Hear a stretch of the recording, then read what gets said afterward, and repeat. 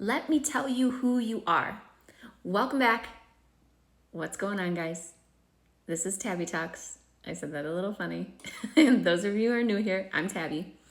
So, let me tell you who you are. In case you don't know, you are freaking amazing. You are perfection. You are love. You are prioritized. You are a gift. Your presence is a gift to the world. You are abundant. You are bliss. You are joy. You are, I can't think of another word except amazing. And I'm telling you these things because if you are willing to listen to what somebody else says about you, then I'm here to tell you who you really are today. So if you're going to listen to what other people tell you, then listen to me when I tell you that you are a blessing to life. Literally, we are all here as walking miracles. Walking miracles. And I know that that concept is hard to sometimes grapple, but it is true. Our bodies are unbelievably amazing. Our minds are unbelievably powerful. You are more than the sum of your life, the things that you said, the things that you've done. You are the ish. The ish. Yeah, I like that word. The ish. This is how you need to start seeing yourself. No more of that, insecure, needing other people to tell you who you are. But I know that that's what we all do, what we all have done. And that is why I'm making this video, so that I can tell you who you are, so that you can listen. If you're going to take it from the outside, take it from me. Essentially, and I am so freaking passionate about this, your self-concept is creating your world. And less about that, more about how freaking awesome you are. And the reason I want to tell you this is because if somebody were to come up to you, a random stranger on the street, and talk to you in a foreign language, you would have no idea what they were saying. They could be telling you, if they did it with a smile on their face and they were calling you the lowest of the lows things in the world, you wouldn't be fazed by it. You wouldn't even know what they were talking about. And yet, if somebody in your life tells you that you're mean, you're rude, you are always this or always that, fill in the blank, which don't even fill in the blank. You don't need to fill in the blank anymore. The only reason you would be offended by that is if some part of you believed that it were true. Because all right, so what if somebody, like right now, my hair is in this lovely, lovely bun, right? If somebody came up to me and was like, why is your hair always straight? Why do you always wear your hair down?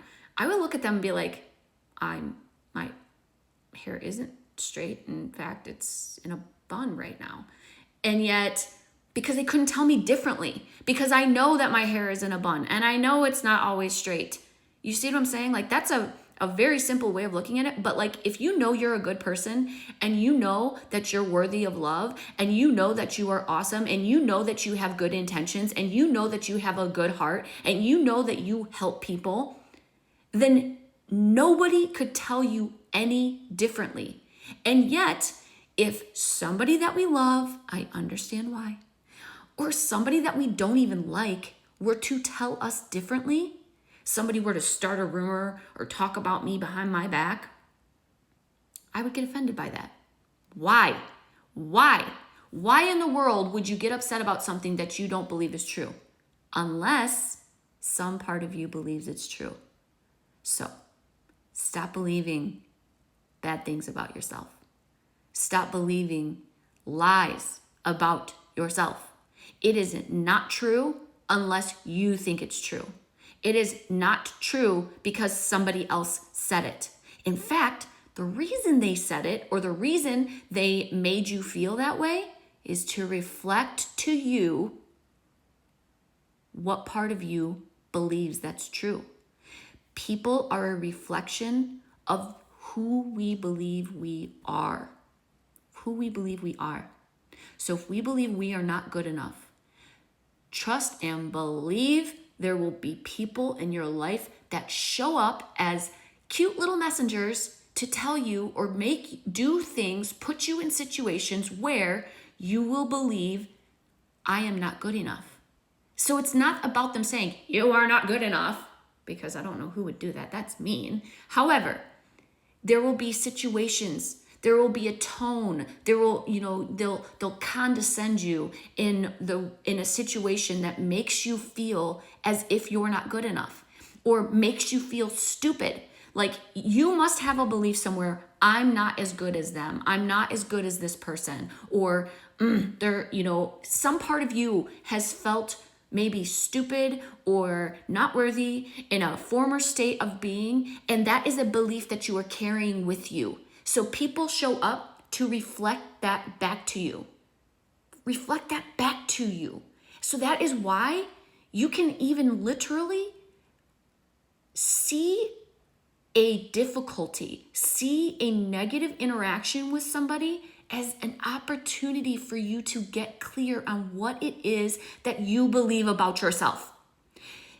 A great way to do this, I wish I had I do. I've got something. I know I do. Let's say somebody, I don't even care who it is. They've got to have a little bit of weight. Okay. Let's say that somebody says, why did you do that? Right? And you have an inherent belief that you don't do things right. Okay. And somebody says to you, why did you do that? And maybe their tone or their face or whatever immediately triggers you want to defend yourself. Well, because blah, blah, blah. Or I did it because of this. Like, you're coming at such fierceness to prove that person wrong, when the truth is you only need to prove it to yourself. If somebody pops up with you and gives you a scenario is in your face that is making you feel something inside, it is an opportunity for you to look at that person and thank them. You can thank them out loud if you really want to, but thank them for the opportunity of what it's revealing to you about your beliefs, about your own beliefs. When kids are your greatest teacher. Kids, children, your children, other children, things like that. There was a time when literally I was carrying around a belief that I was a bad mom, like legitimately carrying that around. If my son had a tantrum, which all kids do, I literally was internalizing that as, oh my God, if I were a good mom. Now, I wasn't thinking these thoughts, but I realized that I had that belief. I realized that my son showed up to reflect to me all of the ways in which I didn't have trust, faith, and confidence in my own damn ability. Every time. Every single time. Now, I could point a finger, look at him like he's freaking defective, which he's not. He's the cutest. Or I could literally stop and find out why in the world, what is so bad about this? Okay, yes, kids have tantrums, but what was it doing to me? What was it doing to me in that moment? And in that moment, I was convicting myself. I was feeling out of control. I was feeling, I don't know how to handle this. I had no confidence in myself or my ability. So that's my experience. And if you could just use this to translate it to everybody, and if you could just be mindful for a moment when it seems like things are difficult, and realize this is an opportunity to change the belief that you withhold or that you hold within yourself. That's it. That's all you have to do. Now, I get it. When emotions are high and the shit is hitting the fan, it is hard to do that. But if you do it on the things that you're not so emotionally charged with, if you start doing it with the drivers that you are on accompanying you on the road, if you start doing it with the cashier, if you start doing it with the people that don't really have that emotional intensity, you're gonna nail it. Practice makes perfect. That's all I got for you today. Have a freaking awesome day. You're amazing and beautiful. Keep shining that light because the world needs it. Take care.